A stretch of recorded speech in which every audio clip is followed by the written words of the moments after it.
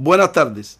Dentro de muy pocos días vamos a estar de nuevo conmemorando los cubanos el 28 de enero, un aniversario más del natalicio de nuestro héroe nacional, de José Martí, en este caso el 171.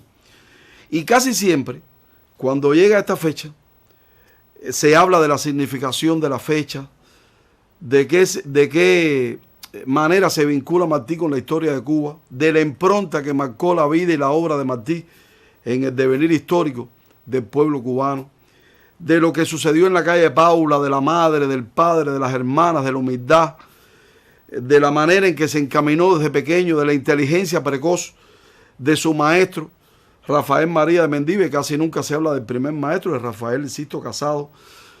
Se habla después del presidio, de aquel adolescente casi joven, del niño que viajó a La Habana y que le escribió la primera carta a su madre. Hablamos o pensamos del joven que fue sometido a juicio junto con su amigo Fermín Valdés Domínguez y condenado a 6 años de prisión en las canteras de San Lázaro. Hablamos de ese presidio, de la estancia en la finca El Abra, del primer destierro, de Agdala, del Diablo Cojuelo. Pero yo me pongo a pensar, 42 años, una vida tormentosa, escribió muchísimo, casi 30 tomos son las obras completas de Martí. Ahora se está haciendo una selección que ya va casi por 30 tomos y faltan muchos de la obra de Martí comentada, esa obra que lleva a cabo Pedro Pablo Rodríguez allá en el Centro de Estudios Martianos y que lo hace en orden cronológico y no por temática, que me parece fabulosa y que además sugiero su lectura. Es una manera de entender mejor, de manera más completa, la vida y obra de Martí. Pero yo me pregunto, en 42 años de separaciones, de sufrimiento, de prisión, de combate por la independencia de Cuba, de escribir muchísimo, de cultivar amigos, de decepcionarse, de encantarse con otros, ¿cómo habrá sido el último cumpleaños de Martí en 1895? ¿En cuántas cosas estaría pensando? Tengamos en cuenta que estamos hablando de enero 28 del 95 y Martí muere después en mayo de ese mismo año. Pero ese enero fue determinante en la vida de Martí porque sucedieron muchísimas cosas terribles, una terrible, otra mejor, que lo voy a dejar para el final, pero bueno, porque además enero es un mes que tal vez Martí no se acordó. Era imposible que estuviera acordándose en el 95, cuando cumplió 42 años, todo lo que le pasó en enero, todo lo que le había pasado en otros eneros de su vida. No, pero yo como historiador digo, bueno, ¿cuántas cosas importantes pasaron en enero de las que tal vez recordaba?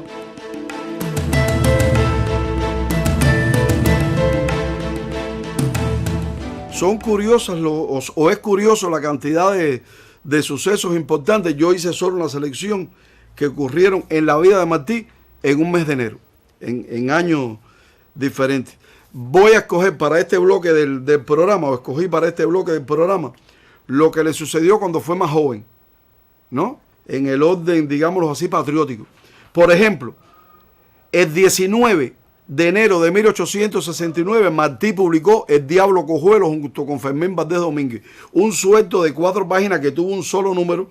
Fue su primera obra periodística, satírica de la situación que vivía Cuba bajo el dominio colonial español y particularmente una burla a la prensa española o a la prensa cubana de la época también española. Fue suspendido inmediatamente. El Diablo Cojuelo tuvo una sola tirada, pero marcó el despegue en la vida periodística y editorial de Martí. Pero 2 días después, el 21, se produjo en la acera del Louvre, ahí en la calle San Rafael en La Habana, se produjeron los sucesos de los disparos de un grupo de voluntarios contra jóvenes que se encontraban en el portal, en los bajos del Hotel Inglaterra, que se encontraban ahí riendo y sencillamente el cuerpo de voluntarios disparó sobre ellos. Eso conmocionó a La Habana y al joven Martí, que en aquel momento tenía 15, 16 años.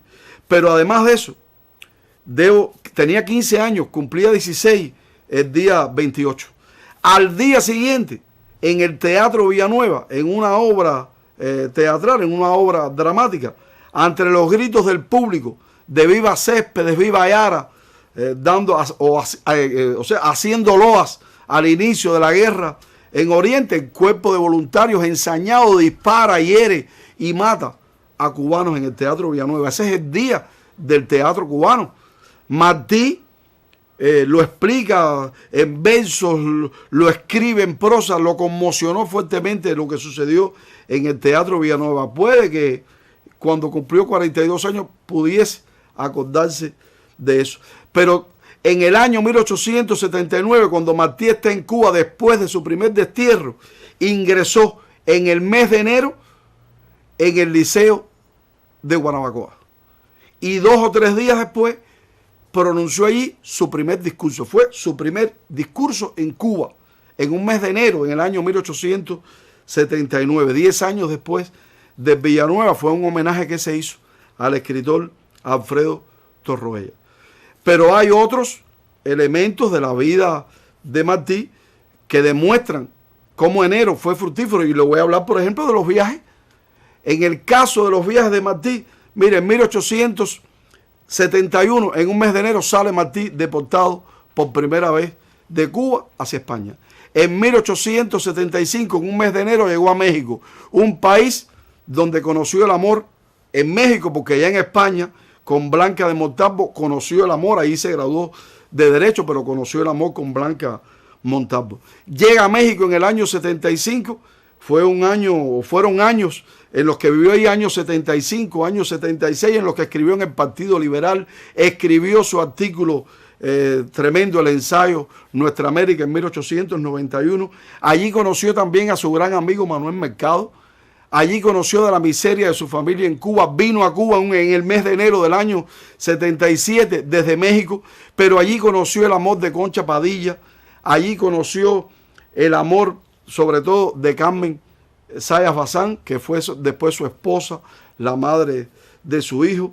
Allí Martí gestó la idea de publicar un periódico que después lo hizo en el 92 en Estados Unidos, el periódico Patria. Allí Martí se hizo una especie de asesor de determinados diplomáticos cubanos. Esa labor de diplomático la hizo en Estados Unidos, donde llegó el 3 de enero, o sea, en un mes de enero del año 1880. Allí fue cónsul de Uruguay, de Paraguay, de Argentina, en Nueva York. Viajó en 1881 a Venezuela, lugar donde vivió durante 7 meses. Allí en Venezuela, cuando llegó en enero, el día 21, a Caracas, porque el 19 llegó por Puerto Cabello, estuvo en la estatua del Libertador, lo narran en 3 héroes que aparece en la Edad de Oro. Allí en Venezuela escribió su revista venezolana de solo 4 números, con artículos tremendos como el de Cecilio Acosta. De Venezuela se fue cuando le impuso el presidente que hiciera un artículo haciéndole elogio a su vida y a su obra. Allí quedó la carta a un gran amigo explicando que se iba porque no soportaba aquella presión, pero que tenía Venezuela en él un hijo que le dijeran que servirlo. O sea, son momentos trascendentales en la vida de Martí en el mes de enero, que tal vez podía recordarlo cuando cumplió 42 años.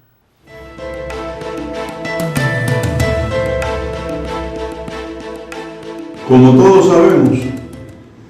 todos sabemos, ahora el 28 de enero se cumple un año más el natalicio de nuestro héroe nacional.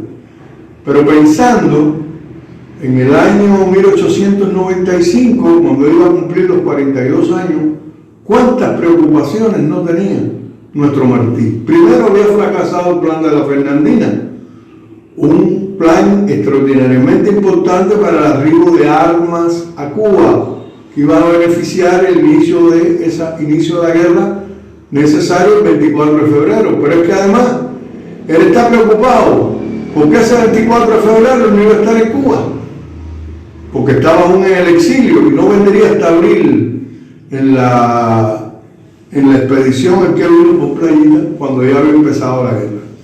Pero esas preocupaciones no solo fueron así, sino también pensando en la familia, la separación de la familia, y pensando también en los graves problemas que había encontrado Martí en el exilio, cuando tuvo que la misión importante de unir los pinos nuevos y los pinos viejos, que tenían serias contradicciones, los viejos de la guerra de los 10 años y la nueva generación que aspiraba a la guerra por la independencia. Así que fue un momento, un cumpleaños muy difícil para Martí ese último 28 de enero que él celebró en el exilio.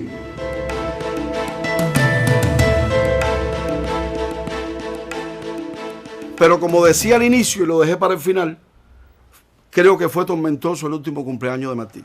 El 10 de enero del año 95, 18 días antes de su último cumpleaños, su cumpleaños 42, fracasó el Plan Fernandina. Aquel proyecto de 3 embarcaciones, Amadas, Lagonda y Baracoa, que debía llegar a Cuba por Costa Rica, por Dominicana, otro directamente a Cuba, para con jefes oficiales que venían en esos barcos, apoyar con armas, con municiones, apoyar el inicio de la guerra el 24 de febrero. Pero a la vez tenía algo esperanzador, porque un día después de su cumpleaños, el día 29, firmó con María Rodríguez y con Enrique Collazo la orden de alzamiento para que comenzara oficialmente en Cuba el 24 de febrero la guerra necesaria, el gran proyecto de su vida. O sea que creo que en parte el colofón de su cumpleaños fue la esperanza de que al día siguiente iba a firmar la orden de alzamiento para que iniciara finalmente el gran proyecto que durante muchos años preparó de manera magistral, que fue el inicio de la guerra en Cuba, de la guerra necesaria en 1895. Yo los dejo, no sin antes prometerle que pronto vuelvo con otra historia y usted recuerde, si quiere conversar con otra persona sobre este tema, lo escuchó aquí en Vericuetos.